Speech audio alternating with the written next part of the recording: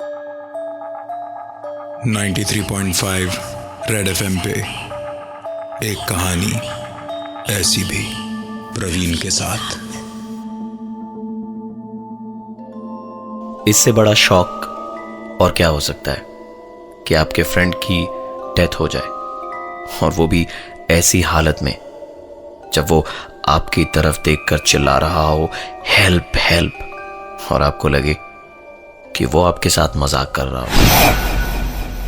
William की मौत कुछ ऐसी ही हुई थी जब चार दोस्त पूरी गए थे घूमने।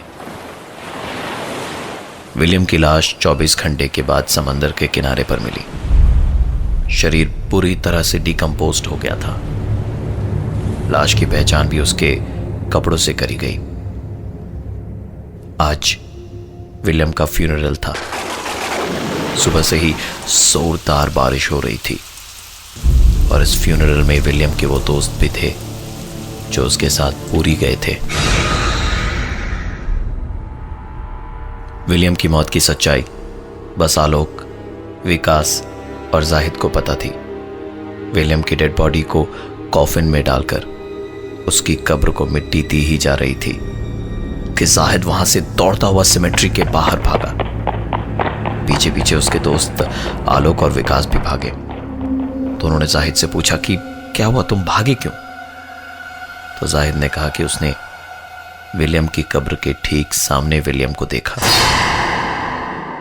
आलोक और विकास को लगा कि शायद ये सब एक दोस्त के मौत के सदमे से हुआ है, पर ऐसा था नहीं, क्योंकि उस रात हुई वो घटनाएं जहां विलियम जाहिद को एक नहीं, दो नहीं, बल्कि बार बार दिखाई दिया। फ्यूनरल से लौटकर जाहिद जब सोने गया तो उसका फोन बजा। कॉल विलियम के नंबर से था। जाहिद ने तुरंत फोन उठाया। दूसरी तरफ से सिर्फ एक ही आवाज सुनाई दी। जाहिद ने तुरंत फोन लाइन डिस्कनेक्ट कर दी, और फोन डिस्कनेक्ट करने के बाद उसे ख्याल आया कि विलियम का ये नंबर तो उसके फोन के साथ पानी में डूब गया था, जो लाश के साथ बरामद ही नहीं हुआ। तो फिर उसके नंबर से फोन कैसे आया? एक अजीब सी कश्मकश में था जाहिद। वो उठकर बाथरूम में गया अपना चेहरा धोकर। उसने जैसे ही अपना चेहरा उठाया, आईने में उसे उसके ठीक पीछे विलियम खड़ा हुआ दिखा।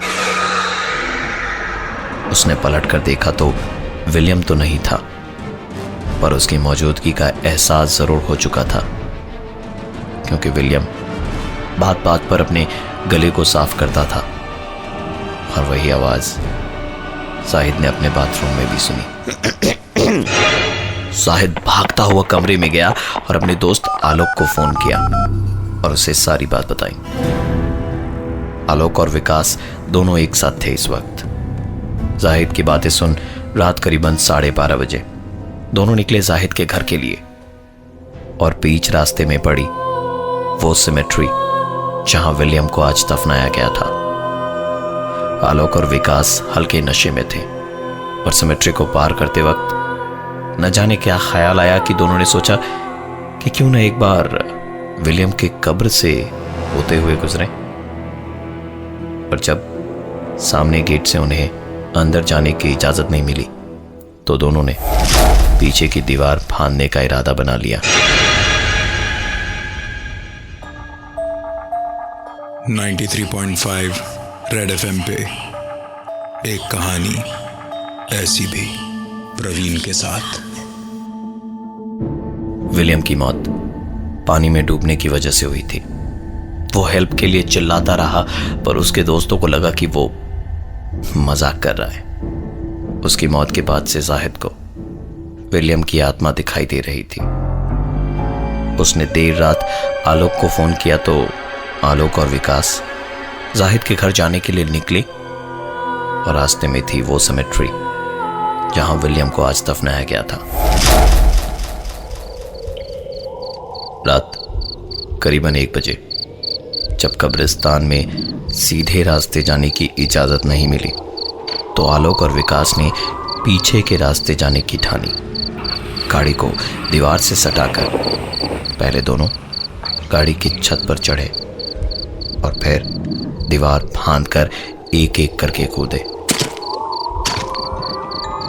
दोनों ने उठकर अपने कपड़े झाड़े और आगे बढ़ते हुए 3-4 कदम लिए ही थे कि पीछे से एक और आवाज आई। दोनों मुड़े तो अंधेरे में बस उन्हें हिलती हुई झाड़ियां ही नजर आई। आलोक ने तुरंत अपने फोन की टॉर्च ऑन करी और दोनों उस दीवार की तरफ गए तो पाया कि वहां कुछ ईंटें गिरी पड़ी हैं। शायद दीवार बहुत ज्यादा ही कमजोर हो गई थी। दोनों पलटकर वहां से आगे बढ़े ही थे। कुछ और ईंटें गिरने की आवाज आई, इसलिए दोनों ने उतना ध्यान नहीं दिया और अंदर की ओर बढ़ने लगे। आज दिन से बारिश होने के कारण मिट्टी बहुत गीली हो गई थी, इसलिए वहां चलने में बहुत मुश्किल हो रही थी। घनघोर अंधेरे में सिर्फ झिंगुर की आती हुई आवाजें और चारों तरफ कब्र ही कब्र इस माहौल को और भी डरावना बना रही थी। आलोक और विकास चलते चलते अचानक रुक गए, क्योंकि उन्हें ऐसा लगा जैसे कोई उनके ठीक पीछे पीछे चल रहा हो। पीछे की तरफ पलटने ही वाले थे कि दोनों ने एक आवाज सुनी, पीछे मत देखना। इस वक्त वहां आलोक और विकास के अलावा ये तीसरा कौन था जिसकी उन्होंने आवाज सुनी थी?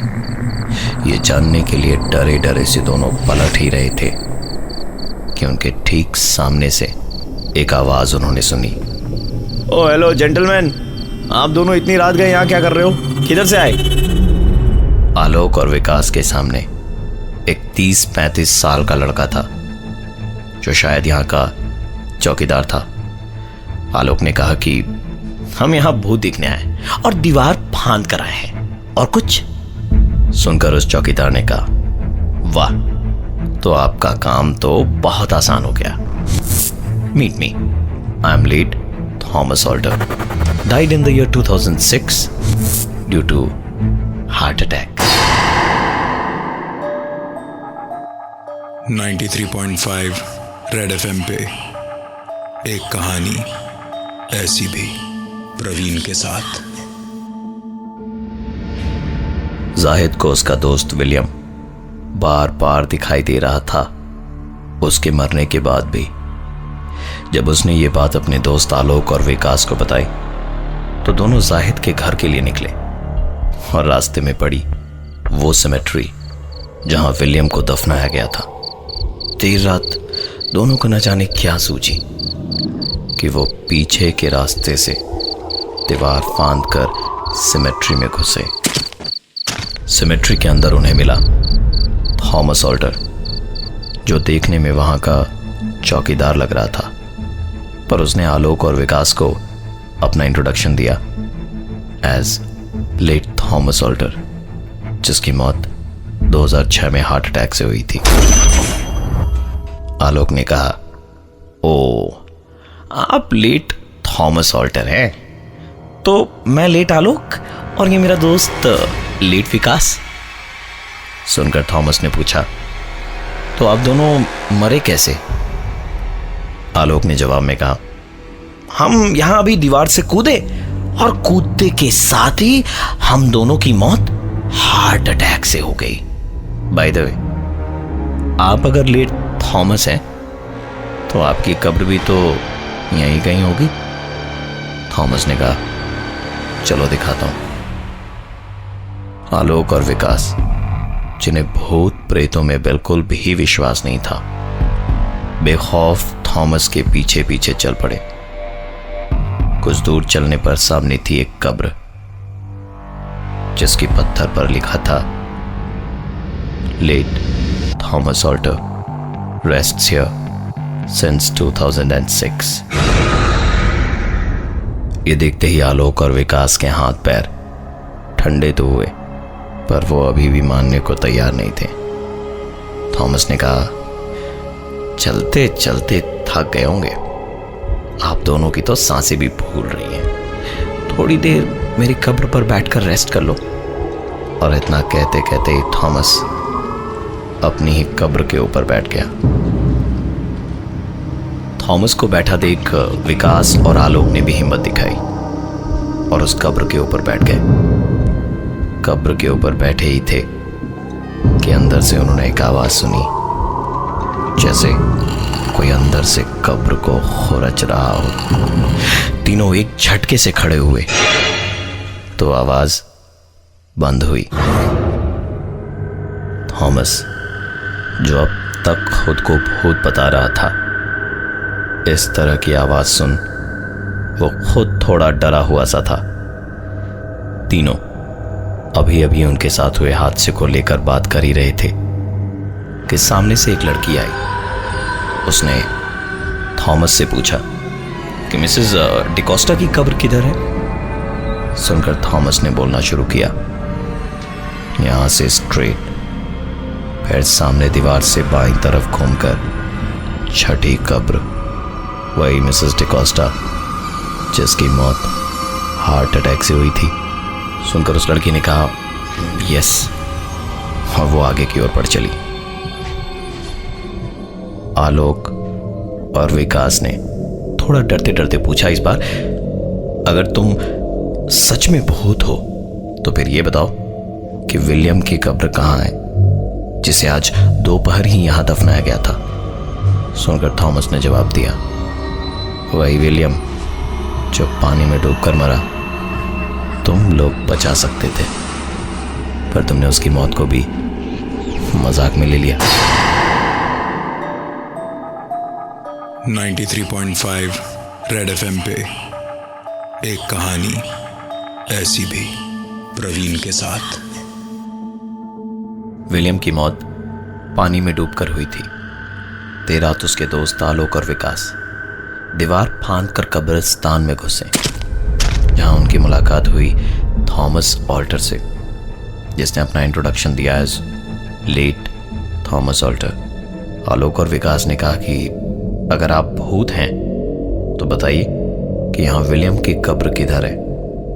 थॉमस ने जवाब दिया, वही विलियम जो पानी में डूबकर मरा। तुम लोग बचा सकते थे, पर तुमने उसकी मौत को भी मजाक में लिया। मेरे साथ चलो, मैं दिखाता हूं तुम्हें विलियम की कब्र। कब्रिस्तान में अब नहीं रहा रात का सन्नाटा और ना ही झिंगुर की आवाज, बस सर्द हवाओं के साथ जैसे जैसे वो कब्रों को पार कर आगे बढ़ रहे थे, वैसे वैसे आ रही थी आवाजें। अचानक ये सारी आवाजें बंद हो गई और जिस कब्र के सामने वो खड़े थे वो थी विलियम की कब्र। और यहां सिर्फ एक ही आवाज आ रही थी, विलियम की मौत डूबने से हुई थी और वही आवाज वो वहां सुन पा रहे थे। इसका मतलब ये कि विलियम की कब्र तक पहुंचने से पहले उन्होंने जितनी भी आवाजें सुनी थी वो उन कब्र में लेटे लोगों की जिंदगी के कुछ आखिरी लम्हों की आवाज थी। ये सारी आवाजें आलोक, विकास और थॉमस तीनों ने साफ साफ सुनी थी और उनके चेहरे का रंग पीला पड़ गया था। डर के मारे तीनों ने भागना शुरू किया। आलोक और विकास भूत भूत करते हुए चिल्लाते हुए भाग रहे थे और ठीक उनके पीछे था थॉमस, चिल्लाते हुए कि अरे मैं भूत नहीं हूं, मैं तो यहाँ का चौकीदार हूं। मैं तो यूं ही तुम दोनों को डरा रहा था, मुझे क्या मालूम था कि मैं खुद डर जाऊंगा यार। रात के अंधेरे में भागते भागते आलोक और विकास कहीं खो गए और सिमेट्री के दरवाजे तक वहां अकेला पहुंचा सिर्फ चौकीदार। थॉमस यहां 5 सालों से काम कर रहा था, पर उसने आज से पहले कभी भी इस तरह की चीज यहां कब्रिस्तान में ना तो देखी और ना ही सुनी थी। पुलिस को सिमेट्री की दीवार से लगी हुई एक कार मिली और दीवार के ठीक उस तरफ कब्रिस्तान में 2 लाशें, जो आलोक और विकास की थी। पुलिस की पोस्टमार्टम रिपोर्ट से पता चला कि दोनों की मौत हार्ट फेल होने की वजह से रात 1:10 से 1:15 के बीच हुई थी। अगर दोनों की मौत 1:10 से लेकर 1:15 के बीच हुई तो फिर थॉमस देर रात तक जिनके साथ था वो क्या थे और कौन थे? मैं हूं प्रवीण और ये है आज की एक कहानी ऐसी भी। 93.5 रेड एफएम पे एक कहानी ऐसी भी, प्रवीण के साथ। दोबारा सुनने के लिए विजिट करिए हमारा YouTube channel 935 red TV. 93.5 red FM बजाते रहो।